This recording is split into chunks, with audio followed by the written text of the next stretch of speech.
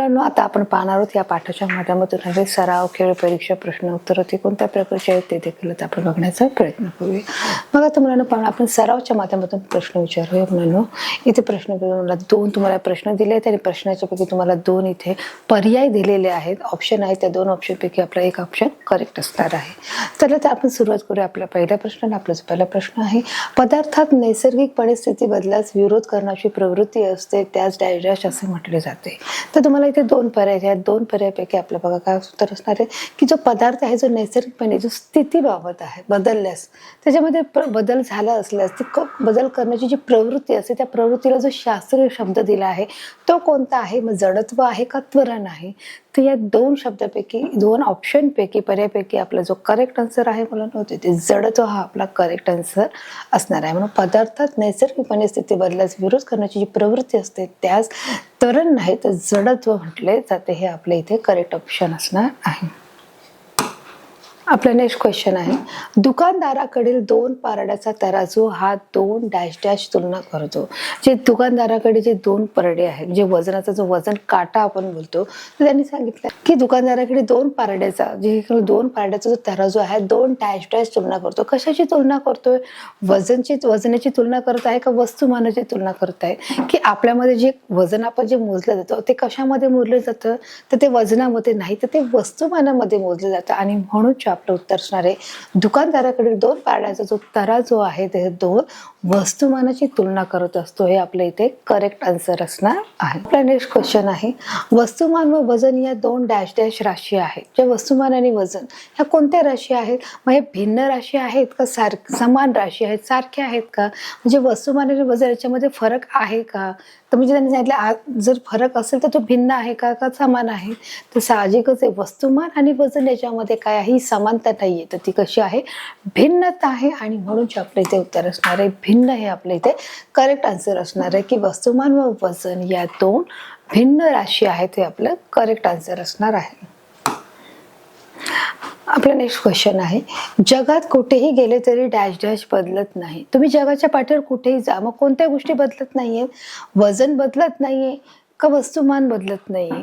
तर आपण जगाच्या पाठीवर कुठे गेलो तरी एखाद्या वजनामध्ये फरक होऊ शकतो परंतु वस्तुमानामध्ये फरक होऊ शकत नाही. आणि म्हणून आपलं जे उत्तर असणार आहे जगात कुठेही गेले तरी वस्तुमान बदलत नाही. हे आपलं इथं करेक्ट आन्सर असणार आहे. आपला नेक्स्ट क्वेश्चन आहे, SI आंतरराष्ट्रीय पद्धतीच डॅश डॅश असेही म्हणतात. जी SI जी पद्धत आहे त्या पद्धतीला आणखीन एक वेगळं नाव देण्यात आलंय. मग ते कोणते नाव आहे? माहिती त्यांनी मॅट्रिक पद्धत दिलेली आहे का इथे फक्त पद्धत आहे? तर या दोनपैकी आपलं इथे करेक्ट आन्सर काय असणार आहे मुलांना की SI जी आंतरराष्ट्रीय जी पद्धती आहे त्याला आपण काय म्हणणार आहोत? मॅट्रिक पद्धती. हे आपलं करेक्ट आन्सर असणार आहे. बघा, SI आंतरराष्ट्रीय पद्धतीत मॅट्रिक पद्धत असेही म्हणतात. हे आपलं करेक्ट आन्सर असणार आहे. आपला नेक्स्ट क्वेश्चन आहे, बघा आता इथे तुम्हाला 5 जे प्रश्न होते ते तुम्हाला इथे दोन ऑप्शनच्या माध्यमातून दिलेले होते की एकाचं आन्सर जे असणार आहे करेक्ट होतं.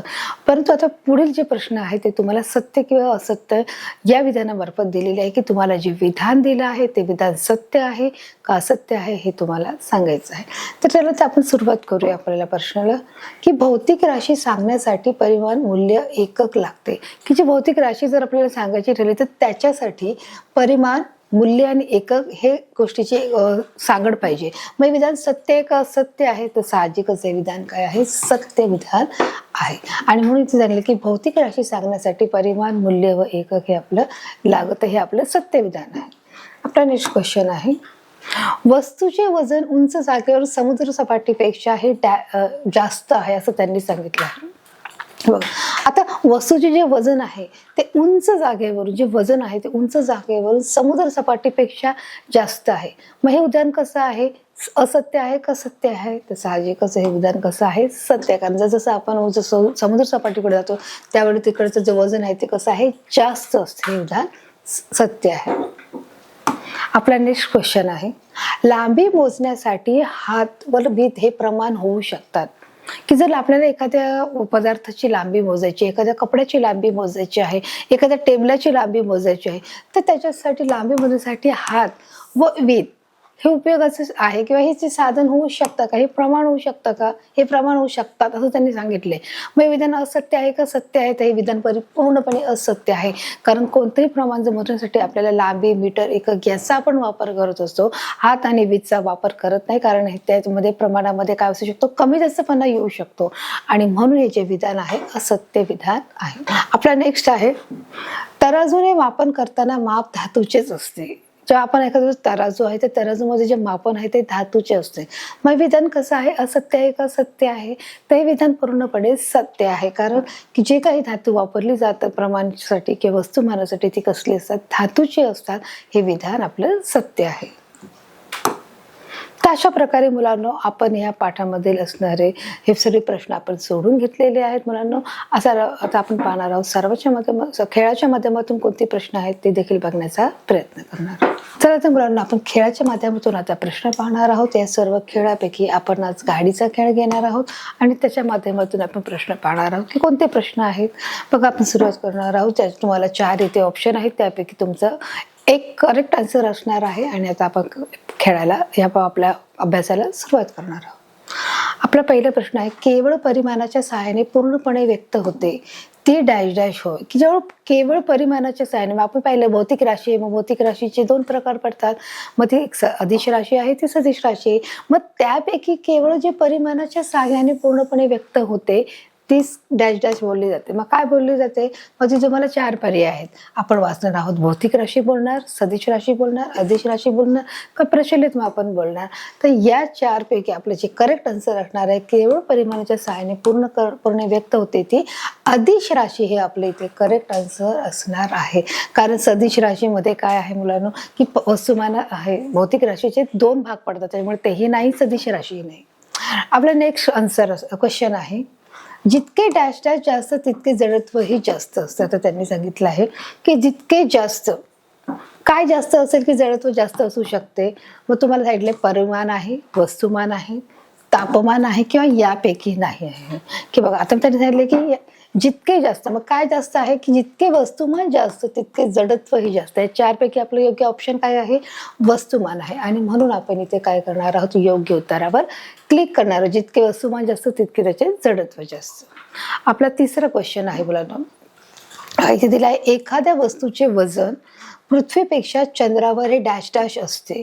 बघा एखाद्या ज्या वस्तूचे जे वजन आहे ते पृथ्वीपेक्षा चंद्रावर कसं असणार आहे? मग तुम्हाला इथे 4 ऑप्शन आहेत.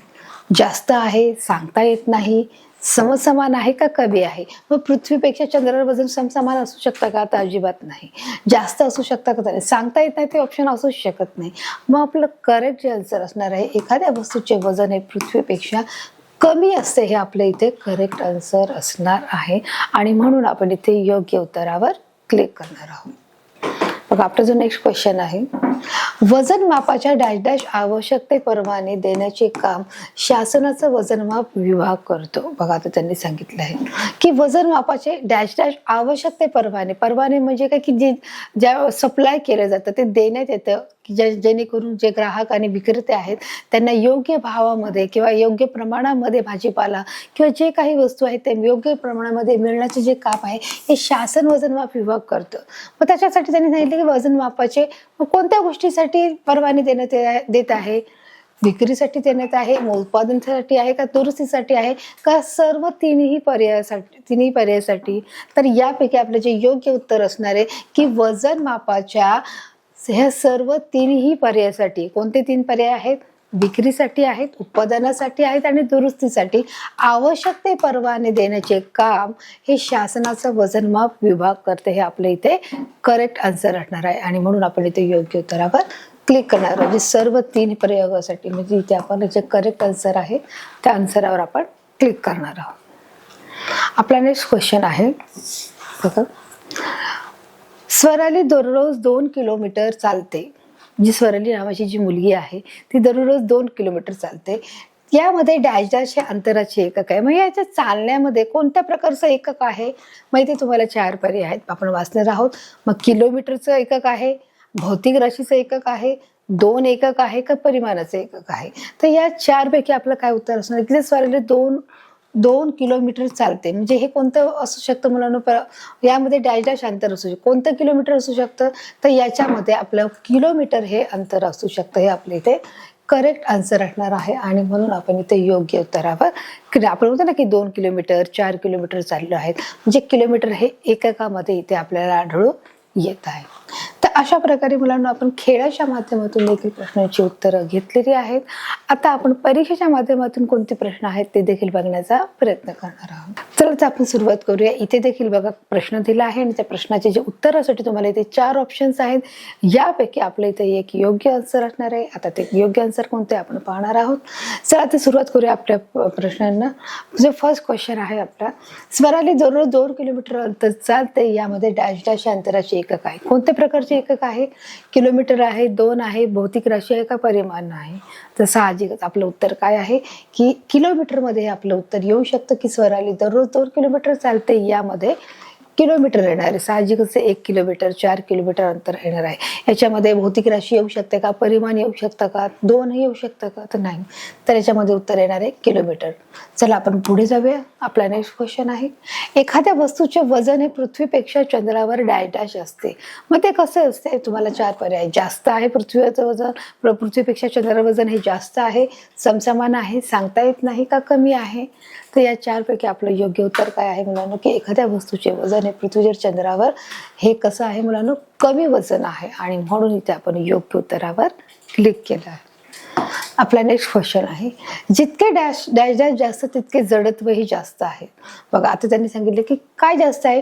मग परिमाण जास्त आहे, तापमान जास्त आहे, वस्तुमान जास्त आहे, की यापैकी नाही? मग काय जास्त आहे? जितके जास्त तितके जडत्व जास्त. मग यापैकी आपलं जितके परिमाण नाही, तापमान नाही, तर जितके वस्तुमान जास्त असते तितकेच आपले काय आहे? जडत्व देखील हे जास्त असते आणि म्हणून आपण इथे योग्य उत्तरावर क्लिक केलं आहे. आपला नेक्स्ट क्वेश्चन आहे, केवळ परिमाणाच्या सहाय्याने पूर्णपणे व्यक्त होते ती डॅश डॅश होय. केवळ परिमाणाचे सहाय्याने जी पूर्ण व्यक्त होते त्यांना केवळ परिमाणाच्या सहाय्याने पूर्णपणे व्यक्त करता येतं. मग ती राशी कोणत्या प्रकारची आहे? तुम्हाला इथे 4 पर्याय आहेत. भौतिक राशी आहे, सदिश राशी आहे, अदिश राशी आहे आणि प्रचलित मापन आहे. या 4 पैकी आपले इथे योग्य उत्तर काय असणार आहे? की केवळ जे परिमाणाच्या सहाय्याने पूर्णपणे ती व्यक्त होते तिला आपण काय म्हणणार आहोत? अदिश राशी असे बोलणार आहोत. त्यामुळे आपण योग्य उत्तर इथे क्लिक केला आहे. आपला नेक्स्ट क्वेश्चन आहे, वजन मापाच्या डॅश डॅश आवश्यकतेप्रमाणे देण्याचे जे काम आहे शासनाचा वजन माप विभाग करतो. मग कोणते विभाग शासनाचा जो भाग आहे तो काय काम करत आहे? मग उत्पादन देण्याचं काम करत आहे, विक्रीचं करत आहे, दुरुस्तीचं करत आहेत का? सर्व तिन्ही पर्यायासाठी. मग यापैकी आपलं योग्य उत्तर काय आहे मुलांनो? की सर्व तिन्ही पर्यायासाठी काय करत आहे? वजन मापाचे उत्पादन, विक्री आणि दुरुस्ती हे तिन्ही आवश्यकतेप्रमाणे देण्याचे काम शासनाचा वजन माप विभाग करतो. हे आपण इथे करेक्ट आन्सर असणार आहे आणि म्हणून आपण इथे योग्य उत्तरावर क्लिक करणार आहोत. तर अशा प्रकारे मुलांना आपण या पाठाच्या माध्यमातून असलेले जे क्वेश्चन आन्सर आहेत ते आपण घेतलेले सराव, खेळ, परीक्षा. आता आपण पाहणार आहोत प्रश्न उत्तराच्या माध्यमातून कोणते प्रश्न आहेत ते देखील बघण्याचा प्रयत्न करूया. याच्यामध्ये काही दीर्घोत्तरी प्रश्न आहेत, काही लघुत्तरी प्रश्न आहेत. ते कोणते आहेत आपण पाहणार आहोत. चला तर मुलांना आपण सुरुवात करणार आहोत. आता इथे तुम्हाला दिला आहे जो पहिला प्रश्न आहे, तर पहिल्या प्रश्नाचं उत्तर पाहणार आहोत की सदिश राशी म्हणजे काय? सदिश राशी म्हणजे जसं आपण पाहिलं की जे भौतिक राशी आहे त्याचे 2 प्रकार पडतात. एक अदिश राशी आणि एक सदिश राशी. जे केवळ परिमाणाच्या सहाय्याने चालते तिला आपण अदिश राशी बोलतो, परंतु जी सदिश राशी आहे तिला आपण केवळ परिमाण आणि दिशेच्या सहाय्याने जी चालते की दिशेच्या सहाय्याने पूर्णपणे जी व्यक्त करता येते तिला आपण सदिश राशी बोलणार आहोत. बघा इथे काय उत्तर दिलं आहे, सदिश राशी म्हणजे काय? परिमाण व दिशा यांच्या सहाय्याने पूर्णपणे व्यक्त करता येणारी राशी म्हणजे सदिश राशी होय. आपल्या इथे करेक्ट आन्सर असणार आहे. आता इथे आपलं नेक्स्ट क्वेश्चन आहे, अदिश राशी म्हणजे काय व त्याची उदाहरणे सांगा. त्यांनी सांगितले की अदिश राशी म्हणजे काय आहे. अदिश राशी जसं मी सांगितलं की भौतिक राशीचे 2 प्रकार आहेत, अदिश राशी आणि सदिश राशी. अदिश राशी म्हणजे केवळ परिमाणाच्या सहाय्याने जी राशी व्यक्त करता येते तिला आपण काय म्हणणार आहोत? अदिश राशी. बघा केवळ परिमाणाच्या सहाय्याने पूर्णपणे व्यक्त करता येणारी राशी म्हणजे अदिश राशी आहे. मग याची उदाहरणं कोणती आहेत? लांबी आहे, रुंदी आहे, क्षेत्रफळ आहे. बघा लांबी, रुंदी, क्षेत्रफळ, वस्तुमान, तापमान, घनता, कालावधी आणि कार्य ही त्याची काय आहेत उदाहरणं आहेत. त्यांनी सांगितलं की अधिश राशी म्हणजे काय हे आपण क्लिअर केलेलं आहे, व त्याची उदाहरणे सांगा. ही उदाहरणे देखील आपण इथे क्लिअर केलेली आहेत. लांबी, रुंदी, क्षेत्रफळ, तापमान, वस्तुमान, तापमान, घनता, कालावधी आणि वेग ही काय आहेत सदिश राशीची उदाहरणं आहेत. ही देखील आपण क्लिअर केली आहे. चला तर आपण पुढे जाऊया. आपला पुढचा प्रश्न आहे, एखाद्या वस्तूचे वजन म्हणजे काय, असं त्यांनी ते विचारले की वस्तूचं वजन म्हणजे नेमकं काय आहे, स्पष्टीकरण त्या सांगितलेलं आहे. तर याचं उत्तर मला पाहू शकतो की एखादी जी वस्तू आहे जी पृथ्वीच्या दिशेने गुरुत्वीय बलाने आपल्याकडे आकर्षित करण्याच्या दिशेला आपण काय म्हणत आहोत, वस्तूचे वजन म्हणत आहोत. एखाद्या वस्तूला पृथ्वी ज्या गुरुत्वीय बलाने आपल्या केंद्राच्या दिशेने आकर्षित करते त्याच काय म्हणत आहोत, वस्तूचे वजन असे म्हणत आहोत. समजलं ना. एखाद्या वस्तूचे वजन म्हणजे काय आहे की एखाद्या वस्तूला पृथ्वीच्या ज्या गुरुत्वीय बलाने आपल्या केंद्रीय दिशेने आकर्षित करते त्या वस्तूला काय म्हणत आहोत, वस्तूचे वजन असे म्हणणार. ते आपल्या इथे उदाहरण झालेलं आहे. आपला नेक्स्ट क्वेश्चन आहे, प्रत्येक वस्तूचे पृथ्वीपेक्षा चंद्रावर वजन कमी भरते, कारण सांगा. त्यांनी की प्रत्येक वस्तूचे पृथ्वीपेक्षा चंद्रावर वजन की जे पृथ्वीवर जे वजन आहे ते चंद्रावर वजन कमी भरते. मग कारण लिहायचं. त्यांनी सांगितलं की कारण काय आहे, तर त्यांनी कारण जे की आपल्या पृथ्वीच्या गुरुत्वीय बलामुळे वजन असते, की जे आपली जी पृथ्वी आहे त्याच्या पृथ्वीच्या गुरुत्वीय बलामुळे पृथ्वीला वजन असते, परंतु चंद्राचे गुरुत्वीय बल कसं असते, हे कमी असते. चंद्रावर गुरुत्वीय बल कमी आहे, पृथ्वीवर कसं आहे, ग्रॅव्हिटी आहे. कोणतीही वस्तू जर तुम्ही फेकली तर ती काय करते, पृथ्वीच्या दिशेने पुन्हा ती आकर्षित केली जाते. म्हणजे काय केलं जाते, ती गुरुत्वीय बलामुळे ती पुन्हा खाली येते. म्हणजे हा काय आहे, गुरुत्वाकर्षणाचा हा नियम आहे. मग तोच जो नियम आहे चंद्रावरती काय, चंद्राचे गुरुत्वीय बल हे चंद्रावर काय आहे, कमी आहे. म्हणून त्यांनी सांगितलं आहे आपल्या पृथ्वीच्या गुरुत्वीय बलामुळे वजन असते, की त्याच्यामुळे चंद्राचे जे गुरुत्वीय बल आहे कमी आहे आणि त्यामुळे पृथ्वीपेक्षा तिथे वजन कसं आहे, कमी भरत आहे. हे आपलं इथे कारण क्लिअर झालं आहे. आपला नेक्स्ट क्वेश्चन आहे, एमकेएस मापन पद्धती इथे स्पष्ट करायची, की जे सीजीएस पद्धती, एमकेएस पद्धत जी सांगितली होती की नेमकं मात्र त्यांनी दिलं की एमकेएस म्हणजे काय आहे. त्यांनी विचारलेलं आहे की एमकेएस ही एक प्रचलित मापन पद्धती आहे. या पद्धतीमध्ये लांबी मीटरपेक्षा वस्तुमान किलोग्रॅम मध्ये काळ वेळ सेकंद मोजतात. जी एमकेएस जी पद्धती त्याच्यामध्ये काळ मोजला जातो, लांबी वस्तुमान दिशा हे सर्व प्रकारच्या मध्ये मोजले जाते. बघा, एमकेएस ही एक प्रचलित मापन पद्धती आहे. या पद्धतीमध्ये लांबी मीटरमध्ये, जी लांबी आहे ती मीटरमध्ये मोजली जाते, जे वस्तुमान आहे किलोग्रॅम मध्ये मोजले जातं. त्याचमध्ये व काळ व वेळ सेकंदात मोजला, जो काळ आहे तो सेकंदामध्ये मोजला जातो. तशा प्रकारे एमकेएस आपण इथे काय पाहिलेलं आहे की पद्धती स्पष्ट केलेली की एमकेएस नेमकी कशा प्रकारची पद्धती, ही प्रचलित मापन पद्धती आपण एमकेएसला काय बोलणार, प्रचलित मापन पद्धती असे म्हणणार आहोत. हे आपल्या इथे क्लिअर झालेलं आहे. आणि त्याची जी मापन पद्धती आहे ती लांबी मीटरमध्ये आहे, वस्तुमान हे किलोग्रॅम मध्ये आहे आणि त्याचप्रमाणे जो काळ वेळ आहे ती सेकंदामध्ये मोजला जातो. आता इथे त्यांनी लिहिलंय की नेक्स्ट, एककाची आंतरराष्ट्रीय पद्धती स्पष्ट करा. जो पुढचा प्रश्न आहे, एककाची आंतरराष्ट्रीय पद्धती म्हणजेच काय आहे. मग इथे पाहिलं की 7 पायाभूत राशीवर आधारित अशी एककाची आंतरराष्ट्रीय पद्धती असते. ज्या 7 पायाभूत ज्या पायऱ्या आहेत, आपण बघा लेसन शिकताना देखील पाहिलं होतं की ज्या 7 पायाभूत पायऱ्या आहेत ती त्यापैकी त्याच्यावर ही आधारित ही एककाची आंतरराष्ट्रीय पद्धती आहे. त्याला आपण काय म्हणणार, एसआय सध्या जगभरात वापरली जाते. या पद्धतीला मॅट्रिक पद्धत देखील असे बोलले जातं, की एककाची आंतरराष्ट्रीय पद्धतीला मॅट्रिक पद्धत देखील म्हटली जाते. आणि ही एक 7 पायाभूत राशीवर आधारित आहे आणि एक आंतरराष्ट्रीय पद्धती आहे. आणि एसआय ही पद्धती जगभरामध्ये प्रचलित आहे.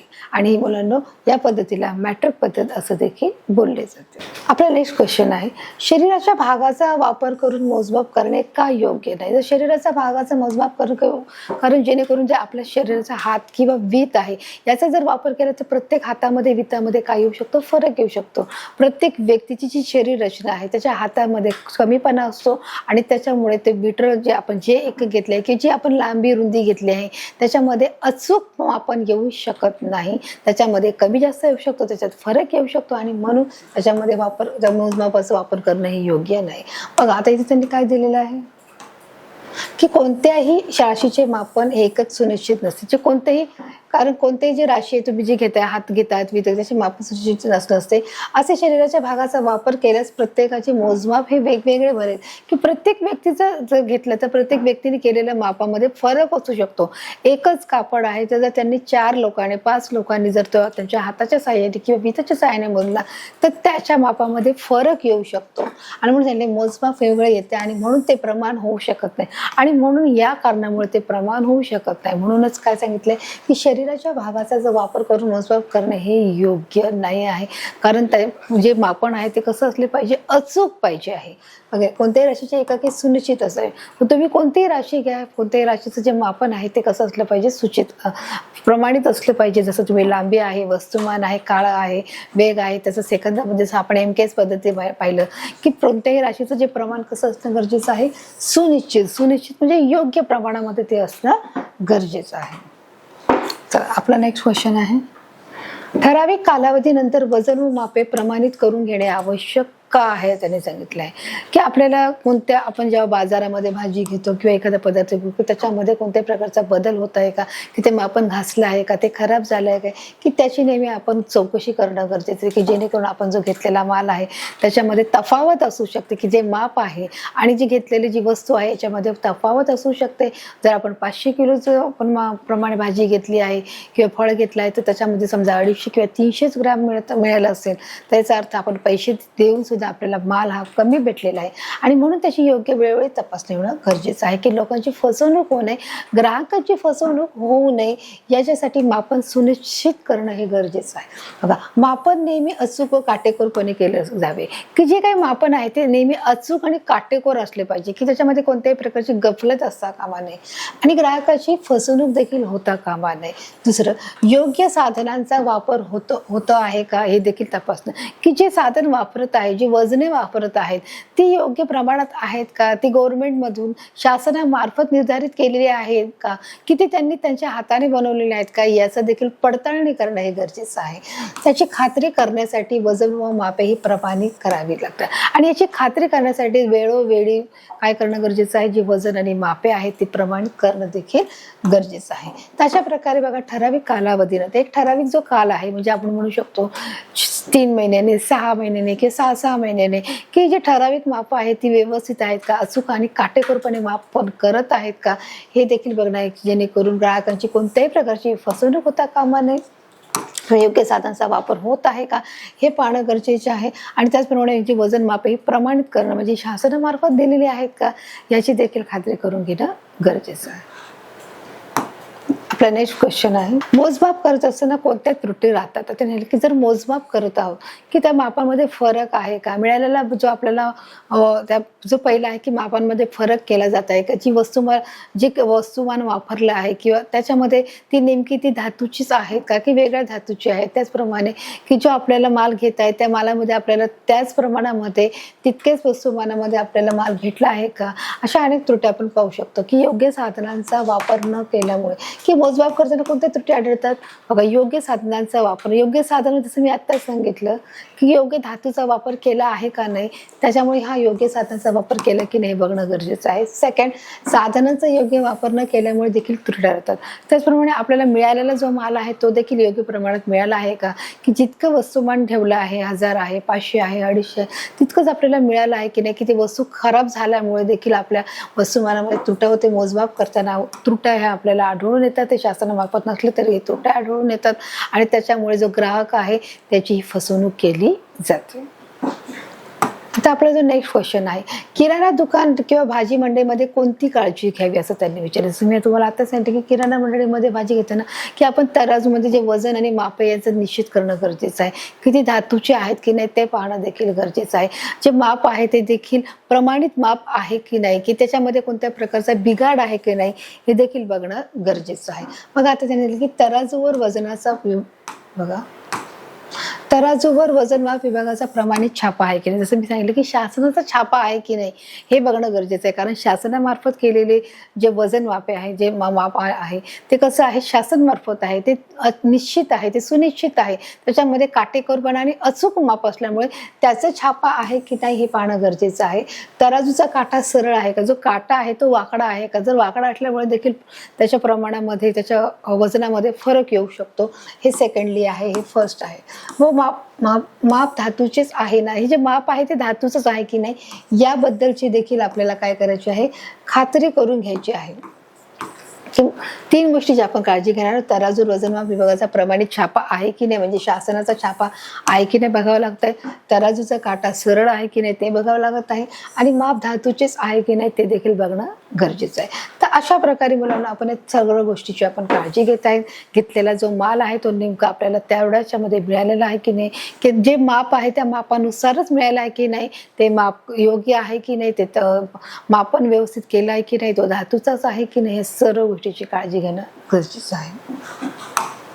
तर अशा प्रकारे मुलांना आपण या पाठाच्या माध्यमातून, जो आपला पाठ आहे भौतिक राशीचे जे मापन आहे, या पाठाच्या माध्यमातून आपण सराव, खेळ, परीक्षा, प्रश्नोत्तर हे घेतलेली आहेत.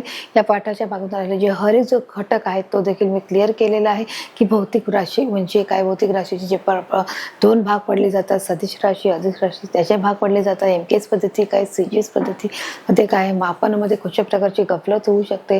त्याचप्रमाणे आपण जो तराजू काटा तो कसा धातूचा असणं गरजेचं आहे, मापामध्ये कशा चुकता आणि काटेकोरपणा असणं गरजेचं आहे, हे सगळे घटक आपण या पाठामध्ये कव्हर केले आहे. मुलांना हा पाठ मी तुम्हाला अगदी सोप्या भाषेत समजून सांगितला आहे आणि तो तुम्हाला समजलाय मला खात्री आहे. भेटू एका नवीन पाठाकडे, एका नवीन भागाकडे. तोपर्यंत धन्यवाद.